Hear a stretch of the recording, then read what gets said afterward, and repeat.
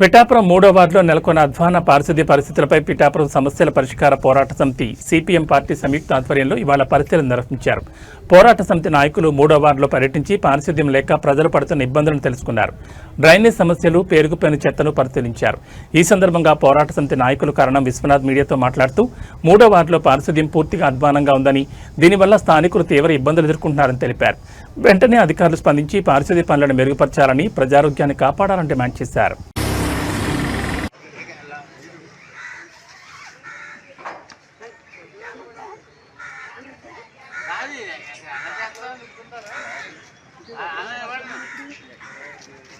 అబ్బాయి ఏమంటున్నారు? ఈ ఫోటో ఎలా చేస్తుంది?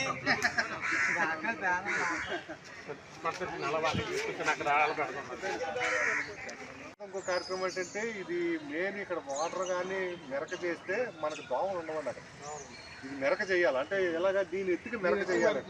మెరక చేశారనుకోండి అక్కడ డౌన్ ఉంటే అక్కడ పోతాను వాటర్ చేలోకి వెళ్ళిపోతుంది. అది చెయ్యాలంటే మనం ఆర్టీసీ కాంప్లెక్స్ బోర్డు ఉన్నారు కదా, ఆ బోర్డు దగ్గరే ధర్నా పెట్టాలి, ఆ బయట మెయిన్ రోడ్డు మీద. ఎందుకంటే మన బాధలు ప్రజలు కూడా చూడాలి కదా.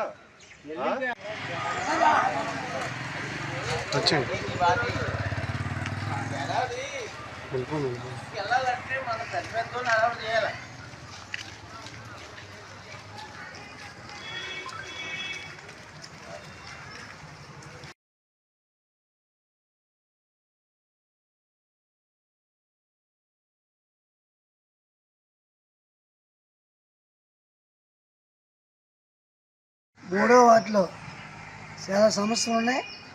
ఇలాగే లక్ష్మీ గణపతి ఆలయం దగ్గర డ్రైనేజీ బాగోలేదు, నీరు ఎప్పుడు వెళ్దు, ఎప్పుడు డ్రైనేజీలో ఉంటుంది, దోమలు మందులు దాంట్లో.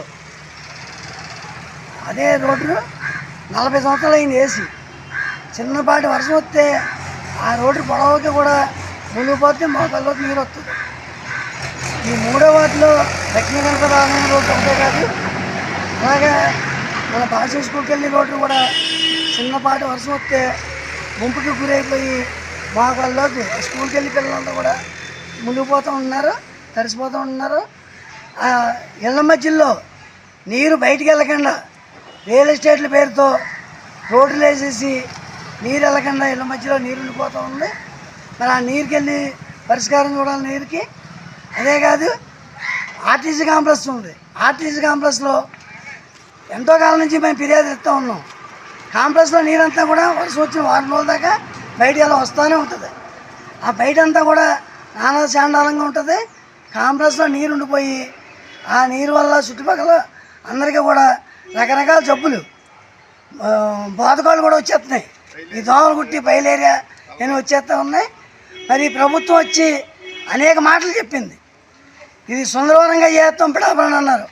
సుందరవనం కాదు కదా, ఈ పందుల్ని, ఈ ఈగల్ని, దోమల్ని, ఈ గేదెల్ని, రోడ్డు మీద ఆవులు పేడలేసేసి నానా దరిద్రంగా చాలా వరస్ట్గా ఉంది ప్రభుత్వం.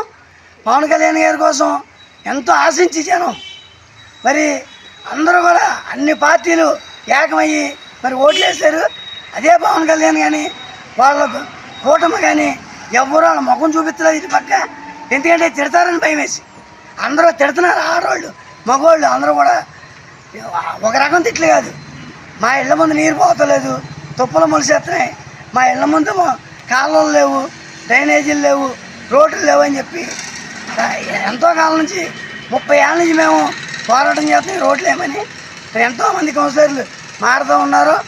మరి ఈ కూటమి వచ్చిన తర్వాత ఈ రోడ్లు వేస్తారని చెప్పి, కాలువలు వేస్తారని చెప్పి ఎంతో ఆశించి ఈ ప్రజలందరూ మీకు కలిసికట్టుగా నిలబడి ఓట్లు వేశారు. ఈ కూటమి కూడా సరైన బుద్ధి రేపు రాబోయే ఎన్నికల్లో చెప్పబోతూ ఉన్నాం. మేము ఏం చేశానండి.